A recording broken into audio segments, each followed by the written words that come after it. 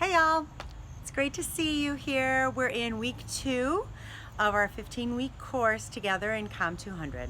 So I really thought we had a really good week last week, and I was very impressed by your writing. I want to thank you for that because it's a joy to read good writing, and I'm seeing a lot of very thoughtful responses, not only to the assignments or the discussion boards, but also to one another. So I just really want to thank you for that. This week we're going to be digging into the textbook, so we're going to be focusing on chapter 1. I'll be honest with you. The first 2 chapters are not the most scintillating chapters you will ever read in your life. So please don't judge the textbook by the first 2 chapters, because honestly, by chapter 3, it gets a lot more interesting. But here we are. So you're going to be doing chapter 1, you're going to be reading chapter 1, you're going to be taking a little quiz. There's PowerPoint slides for you to take a look at, and also you're going to be focusing in on a response to content versus relational messages. So you'll read all about that, and then you'll have to think about in your own life an application of that. So let me just talk about content versus relational messages a little bit.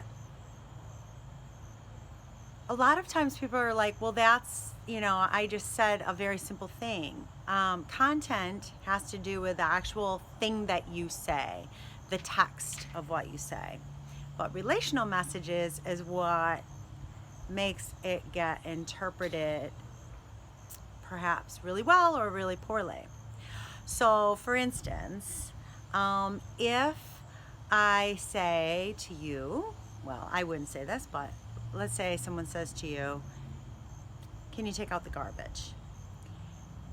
That's just, can you take out the garbage? 6 words. That's the content of what it is that I'm sharing.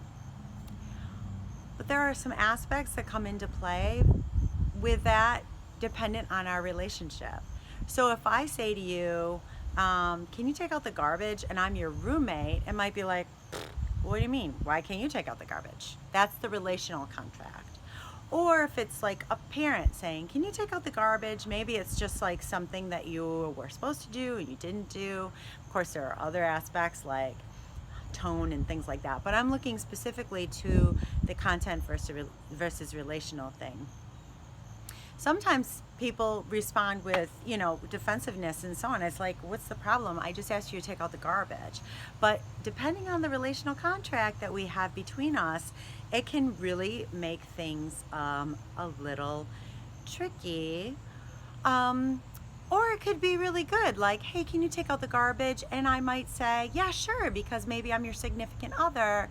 And, of course I want to be in this relationship together, and yeah, I'm happy to help, and yeah, sure. So it's not a big deal.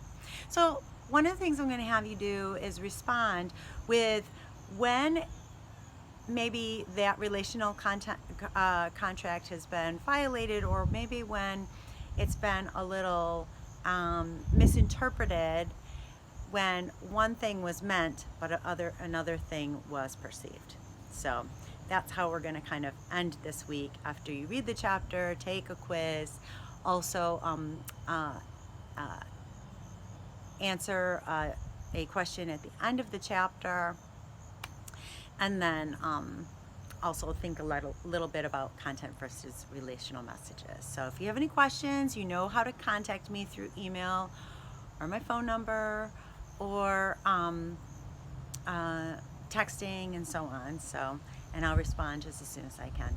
I hope you have a great week.